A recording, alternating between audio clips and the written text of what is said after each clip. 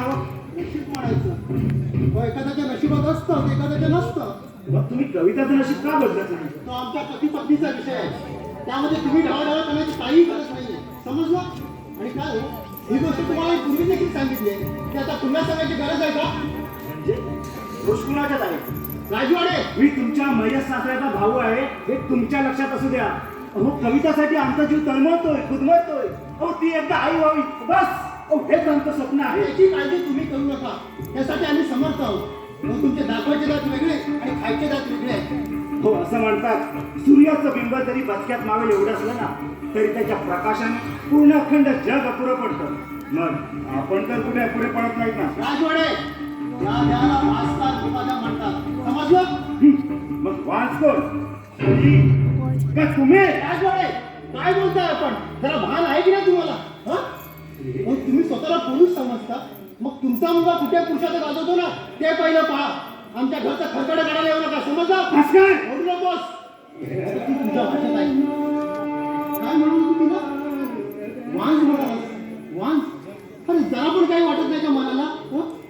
आणि तुला कल्पना नसेल हे जे घर आहे ना, अरे घर भर उन्हामध्ये आहे, पण आज माईची उन्हाळ्याची सावली आहे. अरे इथे सुखामध्ये डोकं टेकायला हक्काचा खांदा आहे आणि अश्रू पुसायला हे दोन मायेचे हात आहेत. कळलं तुम्हाला? कळलं का?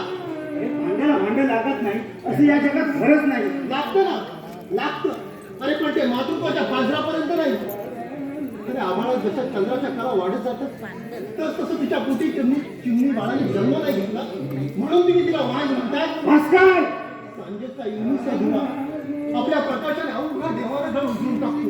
आणि तिचा तिच्या पोटी त्या बाळाने जन्म नाही घेतला आणि या तुमच्या कुळाचा उद्धार नाही झाला म्हणून तुम्ही तिला वाज म्हणताय. राजवाडे, हे शब्द एकदा खूप घातक असतात. हो ते हृदयात घर करून राहतात. तर शब्द वापरताना जरा जपून वापरायचा. कळलं तुम्हाला? भास्कर, अरे आम्ही काय चुकीचं बोललो? सांग ना, काय चुकीचं बोललो? अरे दारू पिऊन पडलेल्या माणसाला बेवडा म्हणतात आणि अनेक वर्ष मूल न झालेल्या स्त्रीला काय म्हणतात आणि त्याच आम्ही बोललोय. मग यात आमचं काय चुकलं? अरे राजवाडे, कळतंय का तुम्हाला? तुम्ही वारंवार त्या गोष्टीचा अपमान करताय. हो ती एक सौभाग्य होती. याचं तरी थोडं भान ठेवा. हा, कळतंय तुम्हाला?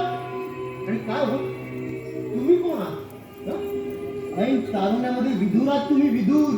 आणि तुम्हाला असं कोणी म्हटलं तर तुम्हाला राग येईल ना? सांगा, येईल की काय राग? राजवाडे, एवढी गोष्ट सोपी नाहीये. कळलं तुम्हाला? भास्कर, पुरे झाला आता. का पुणे झाला? सांगा ना, का पुणे झाला? अहो तुम्ही तुमच्या पत्नीला जाळून मारलात. अख्ख्या जगाला माहिती आहे तुम्ही तुमच्या पत्नीला जाळून मारलात. निमित्त फक्त तिच्या साडीने पेट घेतला. सांगाल का? सांगाल का मारलं ते? नाही सांगू शकत ना. राजवाडे, अहो दुसऱ्याच्या डोळ्यामध्ये बोट सहज घालता येतो पण स्वतःच्या नाही, याचं जरा भान ठेवत जा. हो ती आई होईल या घरात मूळ जन्माला येईल? नाही. येईल, नक्कीच येईल. ममता ईश्वर को भी झुकाती है तो हमारी क्या औकात है? मुकादम! भास्कर मधुकर मुकादम. काय? माझं नाव भास्कर मधुकर मुकादम. लक्षात ठेवायचं शेवटपर्यंत. अरे ज्या उंबरठ्याच्या आतमध्ये आम्ही कधी 2 तास खाल्ले नाही आणि माझ्या आयुष्याचा इतिहास उघडलास. वा, अरे पुन्हा कधी सापडशेल. जाण्यापूर्वी एक गोष्ट लक्षात ठेवा. एवढा जर तुमचा अपमान होत असेल ना तर या आमच्या दरवाजाच्या आत येते ना, येऊ का म्हणून विचारायचं. हे घर तुमच्या बापाचं नाही, लक्षात ठेवा. भास्कर! पाण्याचा तोंड त्याला लागले. समजलं?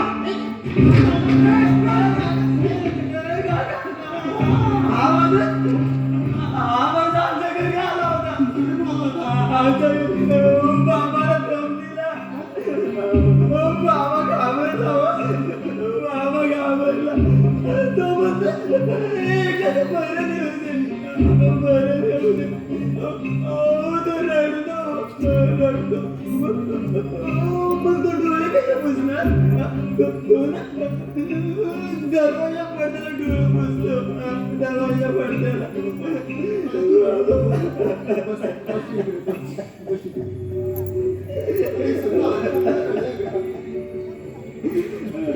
पाडलेला तळाला आज असलेला ती मिनमिनच्या सिरोपेक्षा आणि मला कल्पना आहे तो झालो का तुझ्या आयुष्यात नक्कीच येईल बाळा.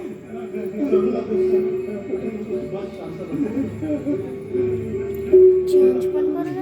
पटकन 5 मिनिट. तू मला बाबाने बोलवलं.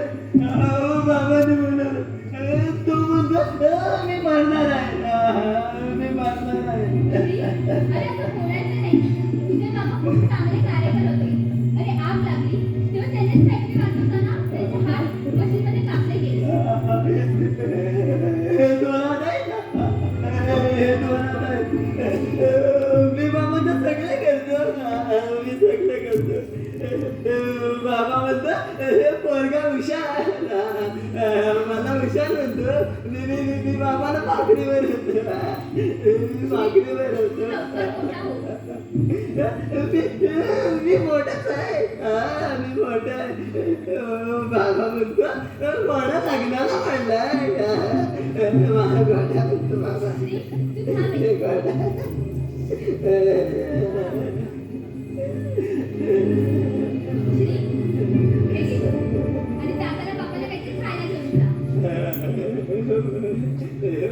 बाबा बाबा वडापाव खातो बाबा वडापाव खातो मी वडापाव घेईन बाबा बाबाला हात नाही मी बनवतो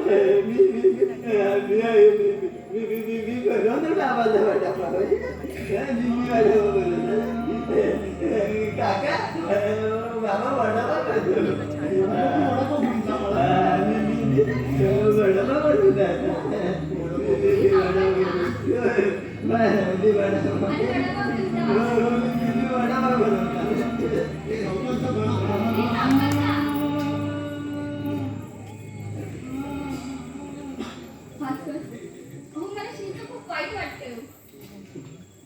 काय करणार आपण सांग ना काय करणार प्रत्येकाचं नशीब असतं आणि नशिबाच्या पुढे तर कुणाला जाता येत नाही ना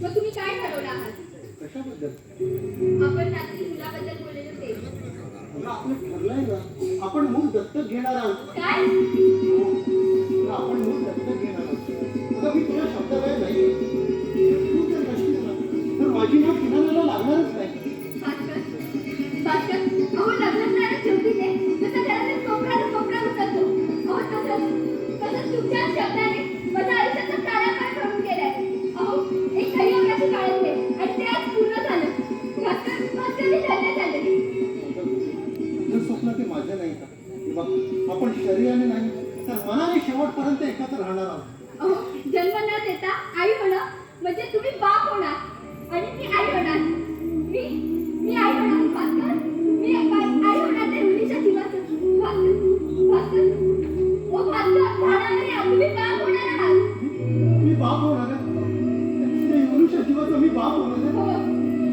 म्हणून वेडे शरीरभर सुंदर फुलपाखराप्रमाणे रेखाटून ठेवू आणि या जीवनाचा स्वच्छंदपणे आनंद घे भास्कर त्याला तुम्ही लवकर अनाथाश्रमात जा आणि आपल्या बाळाला घेऊन या हो पण मी बॅग पेपर काय पैशांची घेऊ की नको घे तुम्ही बसायचे बसा तुम्ही आज गेलात ना तर उशीर करा मी जाऊन आणते कागदपत्र बरोबर माझी बॅग इकडेच आहे बघ ते बरोबर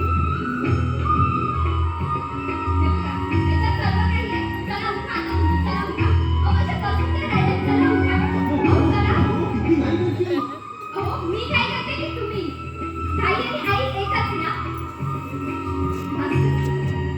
भास्कर ओ भास्कर असे काय पाहताय कधी पाहिलं नाही का पाहिलं ना तुला रोज पाहतो पण आज तुला आई होताना पाहतोय का भास्कर जरा पुढे आता चला तुम्ही अनाथाश्रमात जा मी जातो आणि आपल्या बाळाला घेऊन हो ठीक आहे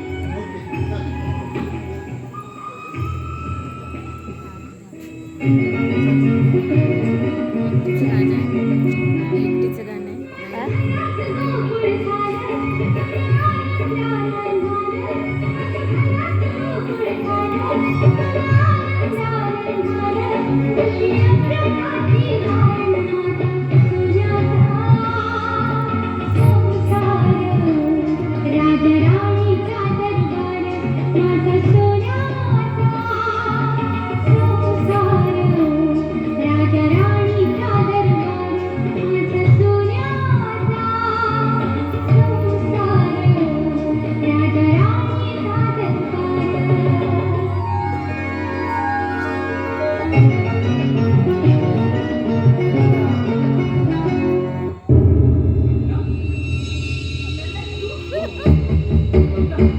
हा बोल ना आज मी खूप खुश आहे माझ्या ओळखीचे एक डॉक्टर आहे तू म्हणत असतील तर सॉरी नंदन अरे दोष कोणाचाही ठरवण्यापेक्षा आम्ही प्रत्येकाचं ठरवलं त्यामुळे अनाथाश्रमातल्या एका मुलाला आयुष्य सुखी होईल आणि आम्हाला मातृत्व प्राप्त होईल अगं ते सर्व ठीक ठीक आहे का? पण स्वतःच मन आणि लग्नात मन सॉरी नंदन, तू जाऊ शकतो. अरे तुझं मन बोलतंय. नंदन, जेव्हा सर्व पायऱ्या थांबतात ना, तेव्हा निर्णय घ्यावा लागतो. नंदन पक्षी खड्ड्यात लागतो आणि माणसं घरात. शेवटी घर हा शब्द महत्वाचा. कविता, तुझ्यापासून आई महत्वाची नाही का?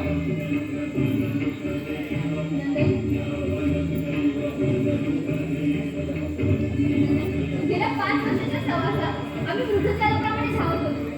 तू सुद्धा काही गुणांचा एकटा होती. कारण तुझी मान इथेच संपत नाही रे. तिला मातृत्वाचा स्पर्श दे. मग बघ, ती स्वर्गाच्या दारात उभा असते. स्वर्ग मातृत्वाचा.